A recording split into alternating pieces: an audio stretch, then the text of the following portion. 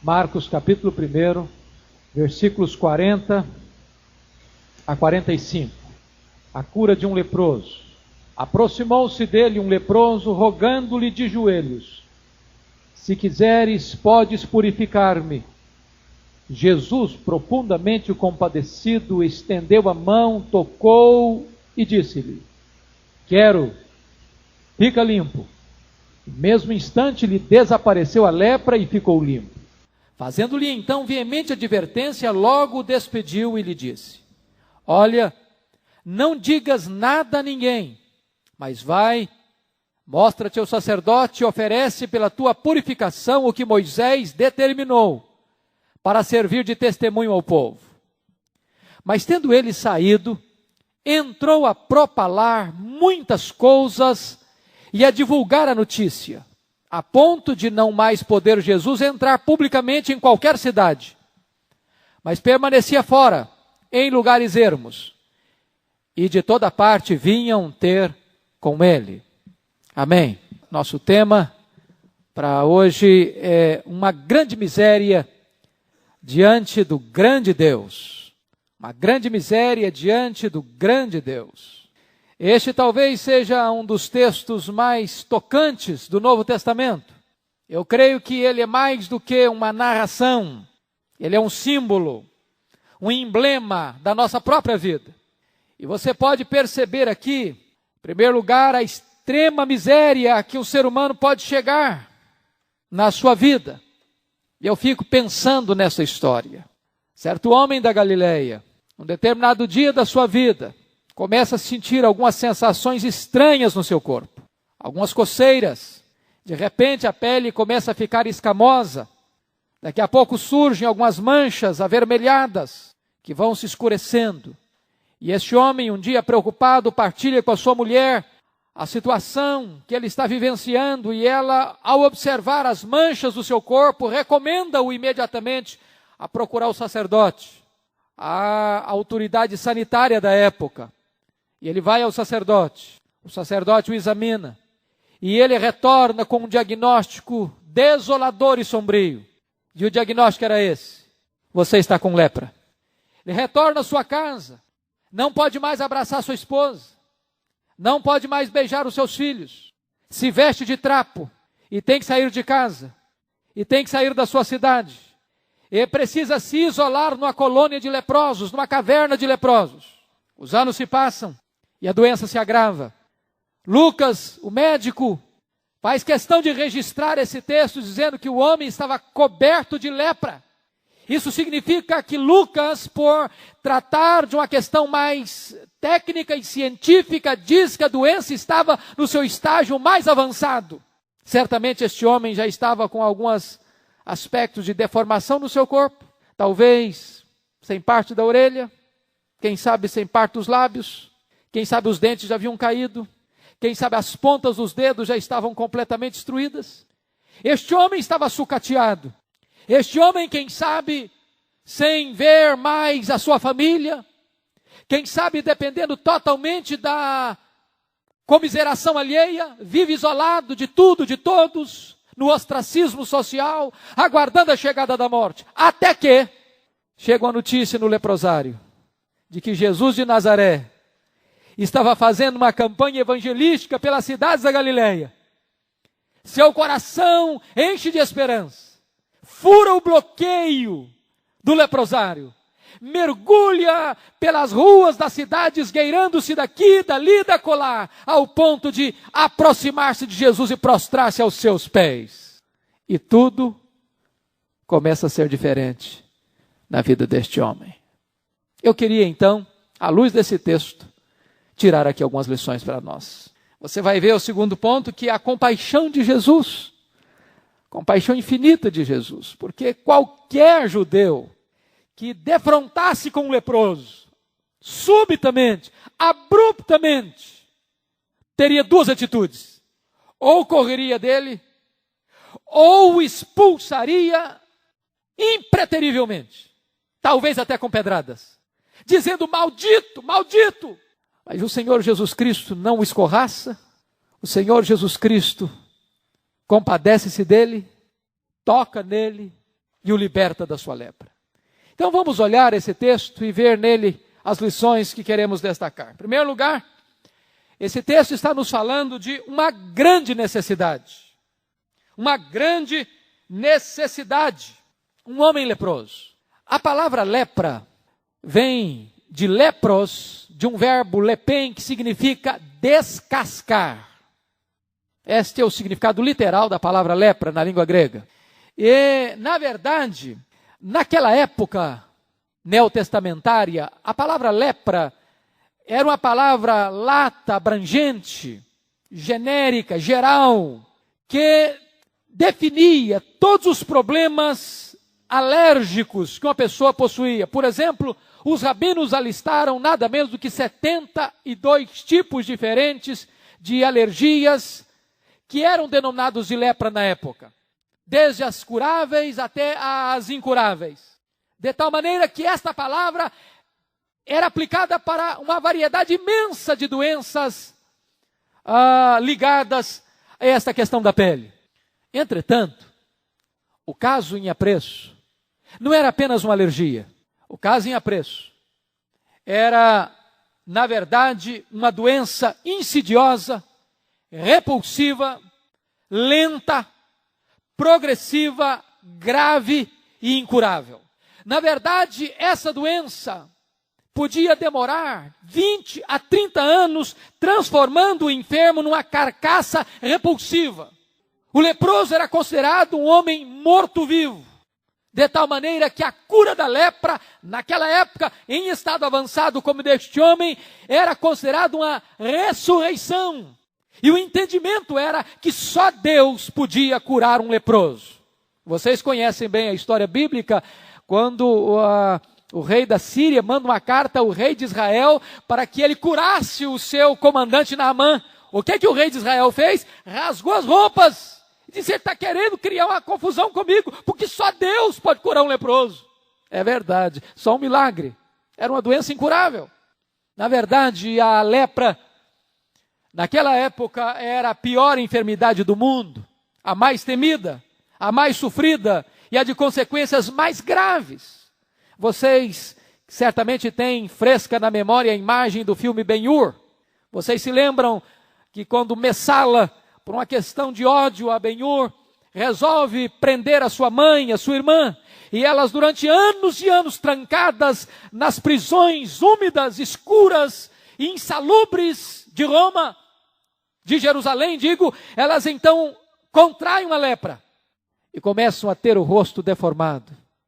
Esta era a situação, ao ponto dos rabinos entenderem que a lepra era uma doença que estava sob a ira divina, sob o juízo divino, era um castigo de Deus, assim entendiam os rabinos. E se você notar na Bíblia, algumas pessoas ficaram com lepras por causa do juízo de Deus, como Miriam, por causa da rebelião dela, como Geazi, por causa da mentira e da ganância dele, o rei Uzias, por causa do seu orgulho.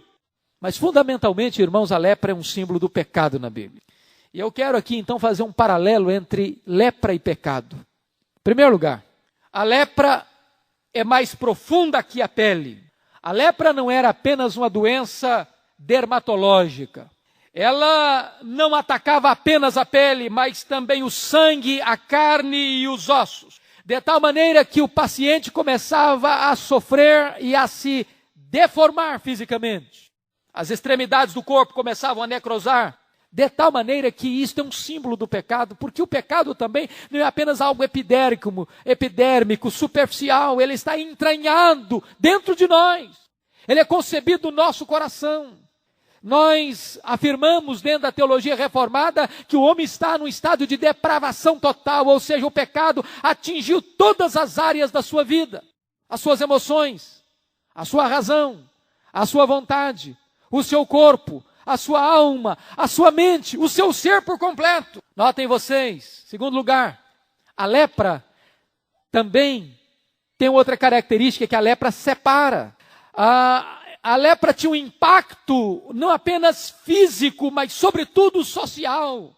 Talvez a maior tragédia da lepra era o ostracismo social que ela produzia.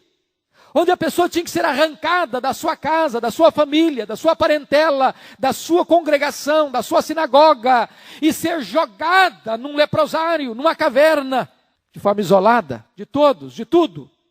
Não é este um símbolo do pecado também?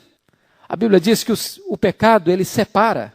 Separa você de Deus, separa você do próximo, separa você de você mesmo. O pecado gera uma esquizofrenia existencial, uma fissura existencial.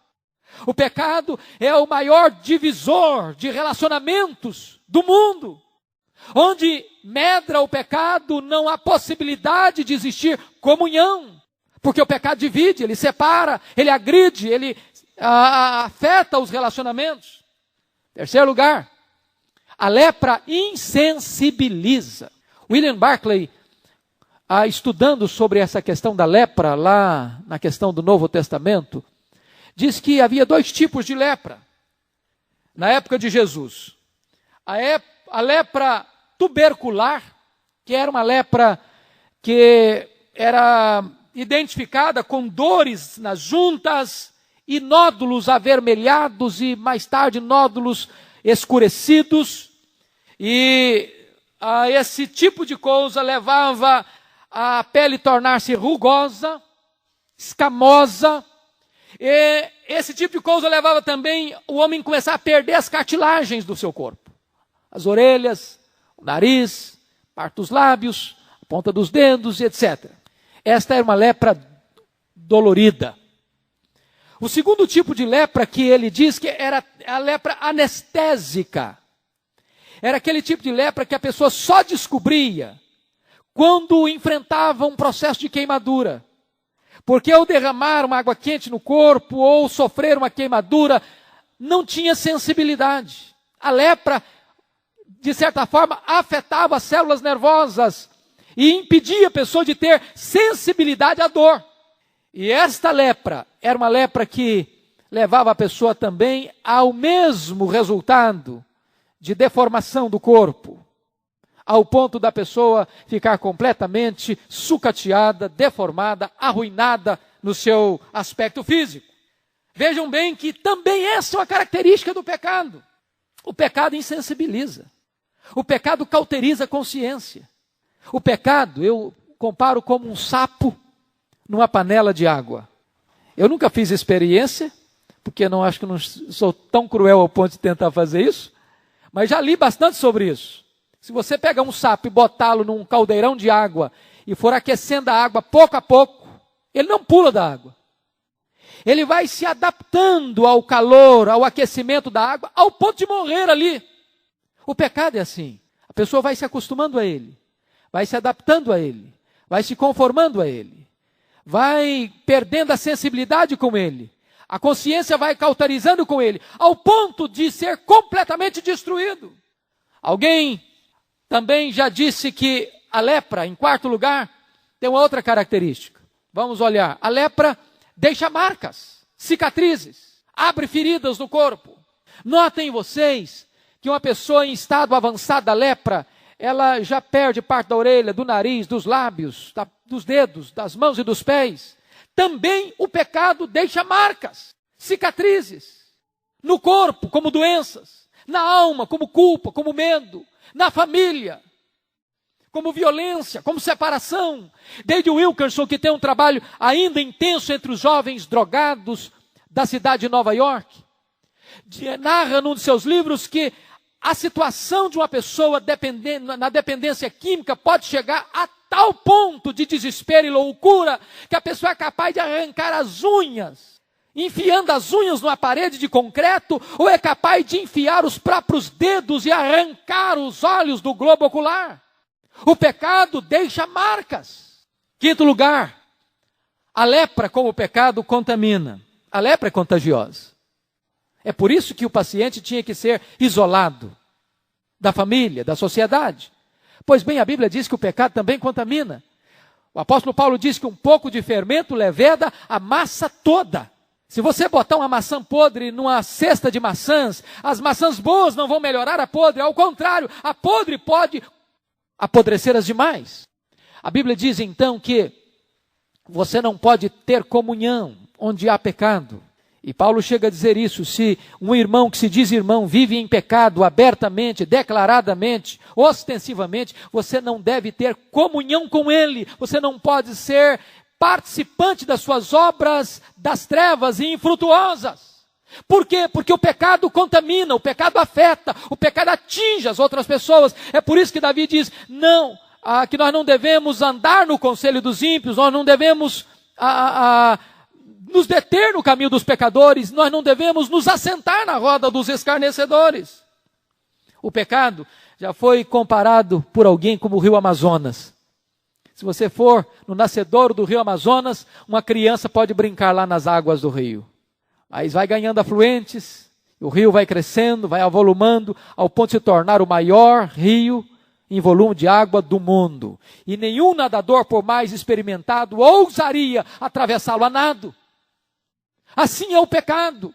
O pecado é comparado como aquele domador de jiboias, que brincava com a jiboia, com espetáculos no circo, até o dia em que ele está brincando com a jiboia, e a jiboia começa a apertá-lo, e a plateia começa a sentir estalos, e vai ver que os seus ossos estão estalando, eles estão pensando que faz parte do espetáculo, mas o homem estava morrendo, sendo apertado e sufocado pela jiboia. Assim é o pecado. Um dia é gostoso, um dia você brinca com ele, um dia você dá um espetáculo com ele, um dia você tem prazer com ele, até o dia que ele te sufoca e te mata, porque a Bíblia diz que quem zomba do pecado é louco.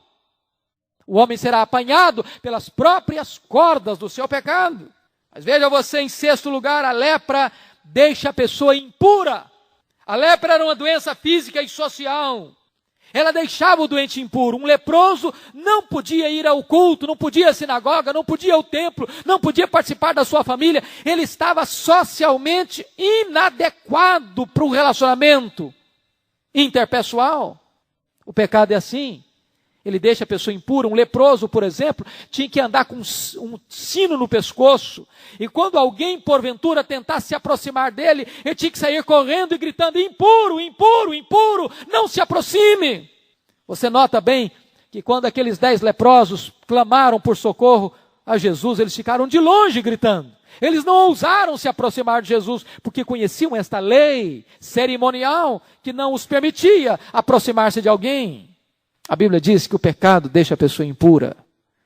Isaías diz que a nossa justiça é como trapo de imundícia, e aos olhos de Deus nós somos como o imundo, porque o pecado é sujeira. Mas finalmente, irmãos, nesta comparação, em sétimo lugar, a lepra mata. A lepra mata. A lepra era uma doença que ia deformando e destruindo as pessoas pouco a pouco, até levar a pessoa ao óbito. A Bíblia diz que o pecado mata. O pecado mata. O salário do pecado é a morte. E a lepra é pior do que o pecado. Ou melhor, o pecado é pior do que a lepra. Por quê? Porque a lepra só atinge alguns, mas o pecado atinge a todos. A lepra só destrói o corpo, mas o pecado destrói o corpo e a alma também. Terceiro, a lepra não pode separar o homem de Deus. É possível alguém estar sendo destruído pela lepra e ter profunda intimidade com Deus, mas o pecado destrói também o seu relacionamento com Deus no tempo e na eternidade. Então, o primeiro ponto da mensagem é uma grande necessidade. Segundo ponto, um grande desejo. Um grande desejo. Vejam vocês o verso 40.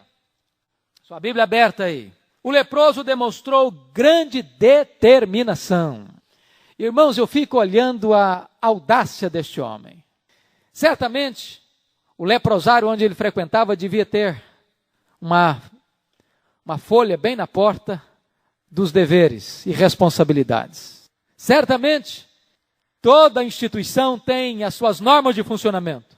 E certamente devia ter lá, bem claro, bem fixado, as normas de funcionamento do leprosário. E a primeira talvez era essa: você está proibido de sair daqui. Não pode sair. Regime fechado. Sair é quebrar o regulamento. Mas esse homem venceu o medo. Esse homem venceu o autodesprezo. Esse homem venceu os complexos. Esse homem venceu o repúdio das pessoas. Esse homem venceu os embargos da lei. Esse homem saiu do leprosário da caverna da morte. Ele venceu a revolta, a dor, a mágoa, a solidão, a frustração e a desesperança. Se você notar, Jesus está fazendo uma campanha evangelística pelas cidades da Galileia. Portanto, este homem vai ter um encontro com Jesus na cidade. Certamente, quando a multidão, aqueles que estavam na cidade, o viram, fugiram. Talvez alguém até tenha ameaçado apedrejá-lo. A única pessoa que não fugiu dele foi o Senhor Jesus. E Jesus permitiu que ele se aproximasse a tal ponto dele, que Jesus pôde estender a mão e tocá-lo. Na verdade, este homem fura o bloqueio. Este homem não se conforma com o caos, ele não se conforma com a derrota, ele não se conforma com o fracasso. E esta é uma grande lição, queridos, uma grande lição. Há pessoas que se conformam com a tragédia, que se conformam com a doença, que se conformam com o pecado, que se conformam com o caos, que se conformam com a derrota, que se conformam com a situação de opressão. Diz, não tem jeito, eu não vou sair, não vou conseguir, eu estou fadado ao fracasso, eu estou fadado à derrota, eu estou fadado a morrer desse jeito. Este homem teve uma atitude. Ele foi audacioso, ele foi ousado, ele foi determinado. Ele rompeu com aquela situação de marasmo, de abandono, de opróbrio em que ele se encontrava. Segunda coisa que chama a atenção, o leproso demonstrou profunda humildade. Olha o verso 40, diz o texto que ele se ajoelhou. Lucas 8,15 diz que ele se prostrou com o rosto em terra. E Mateus 8,2 diz que ele adorou o Senhor. Notem vocês a atitude deste leproso, de prostração, de humilhação, de quebrantamento. Ele tinha uma necessidade. E ele levou essa necessidade ao Senhor Jesus Cristo. E é Mateus que nos informa que ele prostrou para adorar. O que significa isso? Que quando você adora a Deus, você não adora a Deus por aquilo que Deus pode lhe dar. Você adora a Deus por quem Deus é. Essa é a grande diferença. Notem vocês que este homem não exige nada do Senhor. Ele pede. Esta é a atitude do adorador. Ele não se aproxima por aquilo que pode receber. Ele se aproxima por aquilo que pode dar. Seu coração, sua devoção, sua vida ao Senhor Jesus. Lembram dos irmãos, dos amigos de Daniel, quando Nabucodonosor queria lançá-los na fornalha e disse para eles, ninguém poderá livrá-los das minhas mãos? E eles responderam, ó rei, se o nosso Deus quiser nos livrar, ele nos livrará. Se não, fica sabendo, ó rei, que nós não nos prostraremos, nem adoraremos ao Deus que tu levantaste e aos teus deuses. Ou seja, nós servimos a Deus não por aquilo que Deus pode nos dar, nós servimos a Deus por quem Deus é. Isso é adoração. Terceiro lugar, o leproso demonstrou genuína fé. Versículo 40 ainda. Ele se aproximou de Jesus não com dúvidas, não com incertezas, mas cheio de convicção. Ele chegou e disse, Jesus, tudo quanto tu quiseres, tu podes fazer. Se quiseres, podes purificar-me. É a palavra da convicção e da fé. Porque a fé vê o invisível. A fé toca o intangível. A fé se apropria do impossível. A fé pisa no terreno dos milagres. Seja feito conforme a tua fé. Foi uma das expressões prediletas do Senhor Jesus na cura dos enfermos. Porque ele disse, se crês, tudo é possível que crê. Tudo é possível que crê. Aquele moço foi a Jesus com fé, com confiança. Em momento nenhum ele duvidou da possibilidade da cura. Em momento nenhum ele duvidou do poder de Jesus. Em momento nenhum ele pensou que o seu problema era maior do que a possibilidade de Jesus socorrê-lo. Corrie ten Boom, que foi oprimida num campo de concentração nazista, disse certa feita, não há poço tão profundo da nossa angústia, da nossa dor, da nossa tristeza, da nossa desolação, da nossa miséria, que a graça de Deus não seja mais profunda e não possa nos valer. Às vezes é o deserto da nossa aflição que é a porta da oportunidade de Deus. O deserto da prova, muitas vezes é a porta da esperança para nós. Quarto lugar, este leproso demonstrou plena submissão. Vejam o que ele diz. Se quiseres, podes purificar-me. Notem vocês que ele não exige nada, ele suplica com fervor. Ele não decreta nada, ele roga. Ele não reivindica direitos, ele clama por misericórdia, ele não impõe o seu querer, mas ele demonstra plena submissão à soberana vontade do Senhor Jesus. Que diferença da postura de tantas pessoas hoje, que parecem reivindicar direitos absolutos diante de Deus. Nada merecemos, precisamos depender absolutamente da misericórdia de Deus. E ele adotou um princípio que o próprio Jesus adotou lá no Getsêmani: Pai, não seja feita a minha vontade, mas a tua. Submissão absoluta, dependência total da soberana vontade do Senhor Jesus Cristo. Terceiro lugar, irmãos, a terceira lição desse texto. Primeiro, uma grande necessidade. Segundo, um grande desejo. Terceiro lugar, um grande milagre. Um grande milagre. Notemos 3 coisas aqui importantíssimas que Jesus nos ensina. Aliás, 4 coisas. Primeiro, uma compaixão profunda. Versículo 41. Uma compaixão profunda. Marcos é quem nos leva ao coração de Jesus. Só Marcos fala sobre isso. Jesus profundamente compadecido dele. E então Marcos nos leva ao coração de Jesus e nos conta a motivação de Jesus em curar aquele leproso. Diz o texto, Jesus profundamente compadecido dele diz: quero, fica limpo. E imediatamente ele ficou limpo. Essa palavra profundamente compadecido, na língua original, significa tocado em suas entranhas, movido em suas entranhas. É como se aquilo produzisse uma revolução nas entranhas, nos intestinos de Jesus. Você sabe que os orientais às vezes falavam de emoção não do coração, mas dos intestinos, dos rins, do seu interior. Até hoje, às vezes, nós sentimos como que um frio passando na barriga, né? É uma coisa que mexe dentro de você. Foi isso que Jesus sentiu por aquele moço. Uma profunda compaixão. Na verdade, o Senhor Jesus Cristo é essa disposição poderosa de Deus para ajudar as pessoas. Na verdade, em Jesus, Deus fez uma ponte entre ele e os necessitados.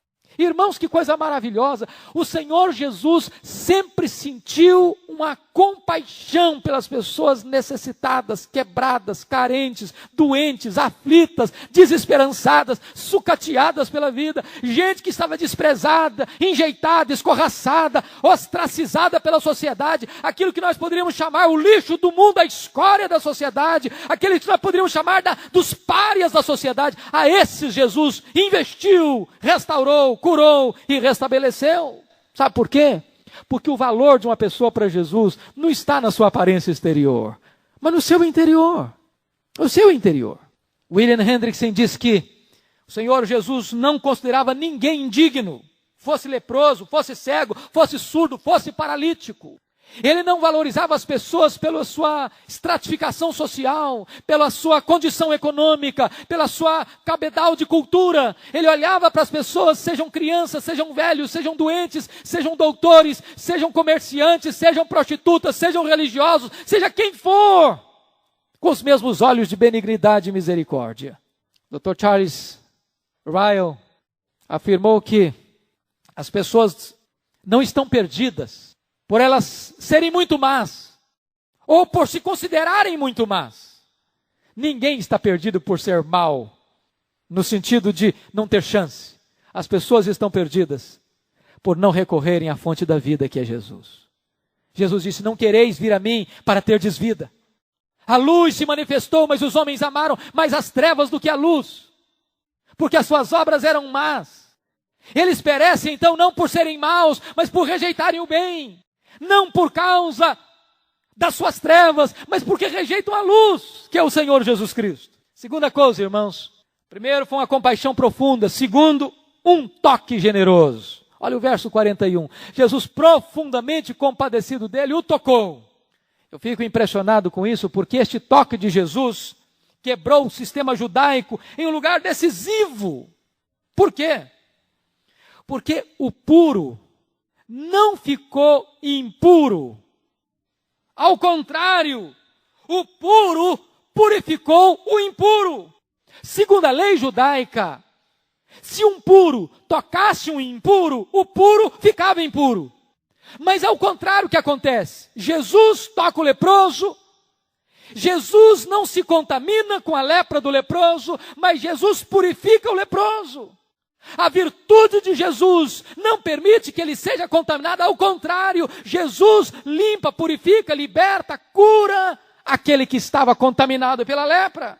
A imundícia do leproso não pôde contaminar Jesus, mas a virtude curadora de Jesus pôde limpar o leproso. O que na verdade está acontecendo aqui, irmãos, é um toque psicológico, emocional, profundo no ministério de Jesus. Eu não sei se você já parou para perguntar por que Jesus tocou esse homem.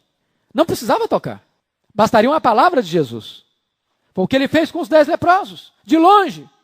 Ele poderia fazer o que fez com o filho do oficial. Pode voltar para sua casa.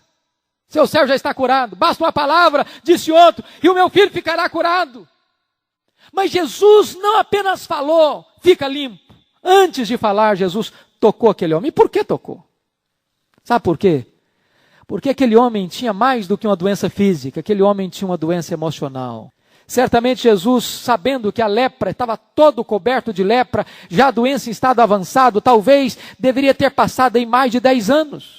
Pela lógica da doença, talvez aquele homem tinha tantos anos que nunca tinha recebido um aperto de mão, que nunca ninguém tinha posto a mão no ombro dele, que nunca alguém tivesse encostado nele, que nunca alguém tivesse dado um abraço nele. Talvez a maior carência daquele homem era de alguém se importar com ele, perceber que as pessoas não tinham nojo dele, náusea dele, mas que se aproximavam dele e eram capazes de tocar nele. Amados irmãos, que coisa fenomenal. Jesus está aí curando as emoções deste homem, a psique deste homem. Jesus está curando a alma deste homem, o interior deste homem, antes de curar a doença deste homem. Quantas vezes hoje ainda há pessoas que estão mais doentes da alma do que do corpo, mais carentes de amor do que de comida, mais carentes de afeto do que de remédio, mais necessitados de um toque do que de uma cirurgia. E o Senhor Jesus nos ensina que nós precisamos ter esse toque de compaixão com as pessoas. Às vezes a maior necessidade que uma pessoa tem na igreja não é de escutar um sermão, nem de ouvir uma música, é de receber um abraço, de saber que ela é gente, que ela tem nome, que ela tem sonhos, que ela tem sentimentos, que ela tem necessidades, que ela tem carências, que ela precisa de ser amada, de ser acolhida, de ser recebida. Terceira coisa, uma palavra extraordinária. Versículos 41 e 42. Jesus respondeu para ele, quero, fica limpo. E no mesmo instante lhe desapareceu a lepra e ele ficou limpo. Preste atenção e eu vou ler porque está entre aspas de William Hendrickson. Ele disse assim, a introdução condicional do leproso, se quiseres, é suplantada pela esplêndida prontidão do mestre, eu quero. Aqui a vontade junta-se ao poder e a subtração do se, juntamente com a adição do fica limpo, transforma a condição horrível de doença numa situação de saúde saudável. Ou melhor, de saúde estável. Notem vocês, Jesus Cristo diz, quero, fica limpo. E no mesmo instante, ele ficou limpo. O homem começou com uma condicional, se. Colocou a causa na vontade de Jesus, se quiseres. E Jesus Cristo rompe esses obstáculos e diz, eu quero, fica limpo. E imediatamente ele ficou limpo. Hoje muitas pessoas divulgam determinados milagres que não resistem a uma investigação meticulosa. Não resistem. Eu tenho um livro de um dos grandes pastores americanos, onde ele registra que, certa feita, ele foi ter uma entrevista com Benny Hinn, e ele pediu a Benny Hinn pelo menos um milagre, das muitas cruzadas de milagre que Benny Hinn realiza, que pudesse ele testificar cientificamente deste milagre. E não conseguiu sequer um exemplo. Eu conheço vários casos de pessoas que participam, às vezes, de uma cruzada, de uma situação onde se proclama tantas curas, mas não se vê essas evidências como nas curas de Jesus, imediatamente, sem deixar sequelas, sem ser uma cura a crediário, a prestação progressiva. Eu tenho visto casos onde pessoas são declaradas curadas e abandonam o remédio, abandonam o tratamento para logo depois naufragar e só sobrar diante da enfermidade. As curas de Jesus não tinham embustes, não tinha propaganda enganosa, não tinha efeito marqueteiro. Jesus curava e a pessoa ficava imediatamente restabelecida. Mas em último lugar aqui neste ponto, queridos irmãos, um testemunho necessário, versículo 44. Jesus mostra para aquele homem a necessidade de ir ao sacerdote, levar a oferta requerida pela lei de Moisés. Por que Jesus manda este homem ao sacerdote? Porque na verdade o sacerdote era a autoridade religiosa e sanitária que fornecia o atestado de saúde e pronunciava a purificação, segundo Levíticos 14. Era o sacerdote que dava o atestado de reintegração à família, à sociedade, à sinagoga e ao templo. O sacerdote devia atestar a legitimidade do milagre. Ou seja, Jesus está dizendo, o verdadeiro milagre é verificável. Ele pode até acontecer num ambiente doméstico e secreto, mas o atestado dele, a verificação dele é pública e é notória.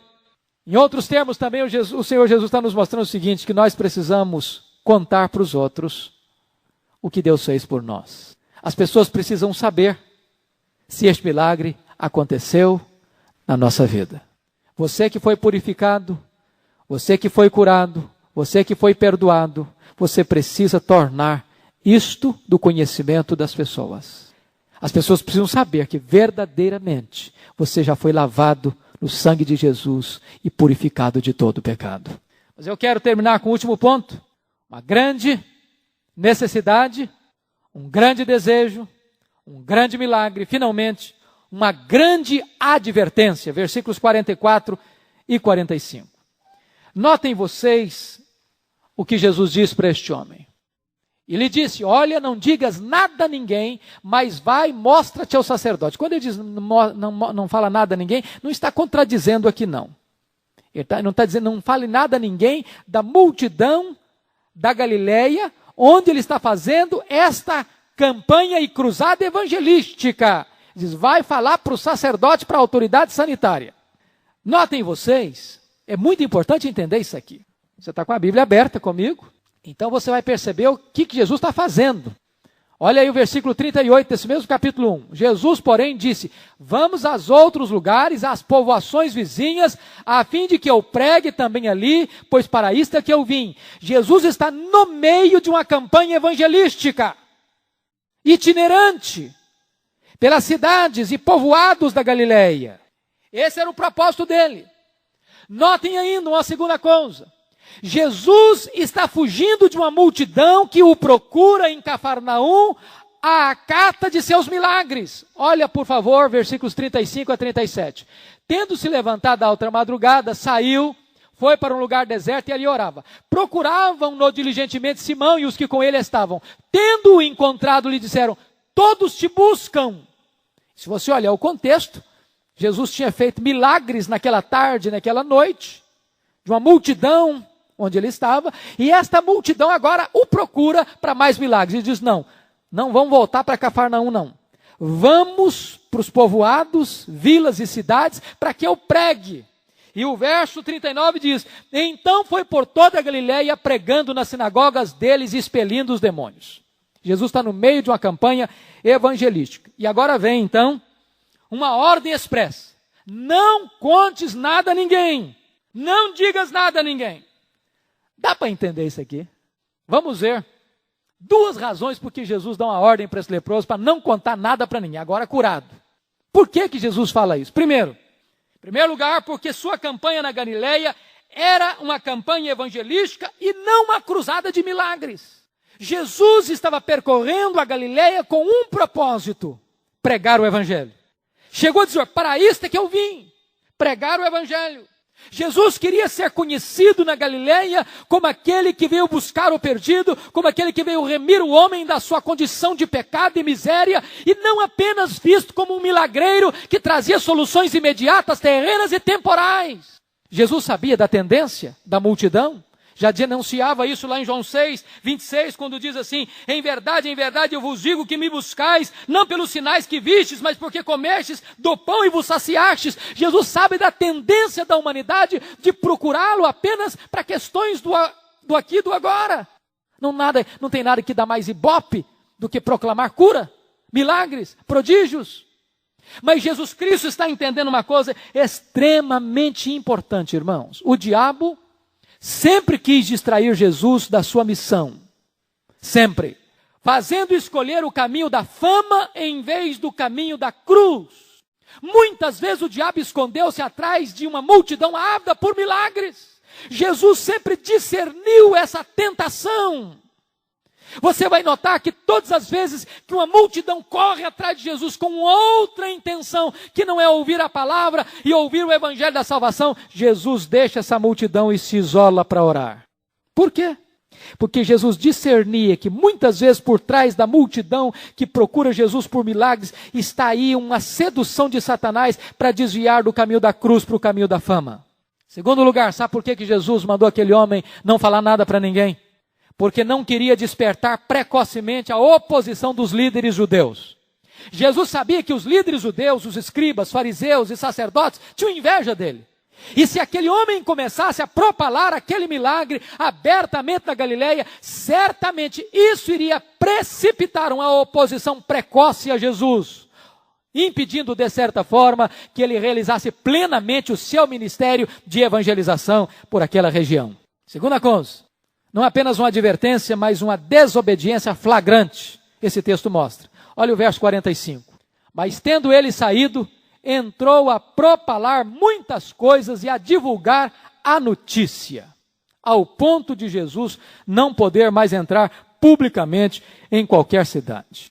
Eu fico imaginando que realmente não deve ter sido muito fácil para esse homem curado, porque ele estava com uma alegria tão grande e um entusiasmo tão incontido no seu coração, que ele pensou: eu não posso me calar, eu não posso guardar essa notícia tão fantástica para mim mesmo. Eu tenho que abrir a boca e eu tenho que falar do que Jesus fez na minha vida. E ele desobedeceu uma ordem de Jesus e começou a falar, e a palavra aqui na língua original está no presente, significa que ele falou e continuou falando. Ele não falou apenas no primeiro dia, não. Ele continuou falando continuamente. Certamente, o grande benefício recebido não dava a ele o direito de desobedecer uma ordem expressa do Senhor Jesus. Mas é curioso o contraste entre esse homem e nós. Porque ao homem que Jesus diz, fique calado, ele falou, ele pregou. Para nós, Jesus deu uma ordem contrária, falem, preguem, e nós nos calamos. Eu creio que a desobediência deste homem é menos grave do que a nossa. Porque nós recebemos uma cura e uma libertação do pecado, da morte, do juízo, e o Senhor Jesus nos diz, vai, pregue esta palavra e anuncie esse testemunho para o mundo inteiro. E nós covardemente nos acomodamos e nos silenciamos e nos omitimos. Finalmente, uma consequência desastrosa. Diz o verso 45 que Jesus não mais podia entrar publicamente em qualquer cidade, mas permanecia fora nos lugares ermos. A desobediência sempre traz consequências. O entusiasmo daquele homem, de certa forma, estorvou a campanha evangelística pretendida por Jesus na Galileia. Era o que nós poderíamos chamar de zelo sem conhecimento. Porque a partir desse momento, Jesus não pôde mais cumprir o seu cronograma de ir em toda a cidade, entrar em todas as sinagogas, pregando o evangelho, ensinando a palavra de Deus. Jesus Cristo precisou ficar recuado nos lugares ermos. Na verdade, o que Jesus está ensinando para nós é o seguinte: Jesus nunca alimentou a curiosidade das multidões que buscavam apenas ver e receber os seus milagres. Ele não atendeu a esta expectativa curiosa da multidão. Eu quero concluir relembrando agora o que Jesus fez por este homem. Jesus o curou. Fisicamente, emocionalmente, psiquicamente, socialmente e espiritualmente.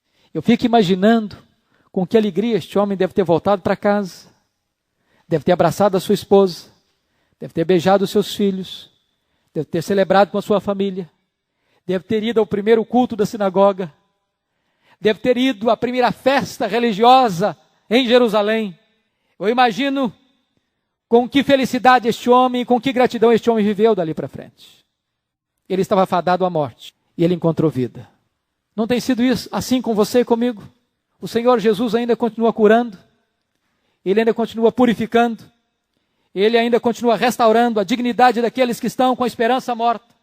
E hoje mesmo, Ele pode fazer esta mesma obra na sua vida. Talvez você trouxe aqui hoje uma causa perdida. Talvez você está trancado numa colônia de desespero. Talvez as pessoas dizem para você, não tem mais saída e não tem mais jeito. Não tem esperança. Mas eu quero encorajar você em nome de Jesus a sair dessa colônia. A colocar a sua causa aos pés do Senhor Jesus. E dizer para Ele, Senhor, se Tu quiseres, Tu podes. E Ele certamente dirá a você, eu quero, eu posso. Fica limpo, fica liberto. Experimente o milagre que eu tenho para lhe oferecer.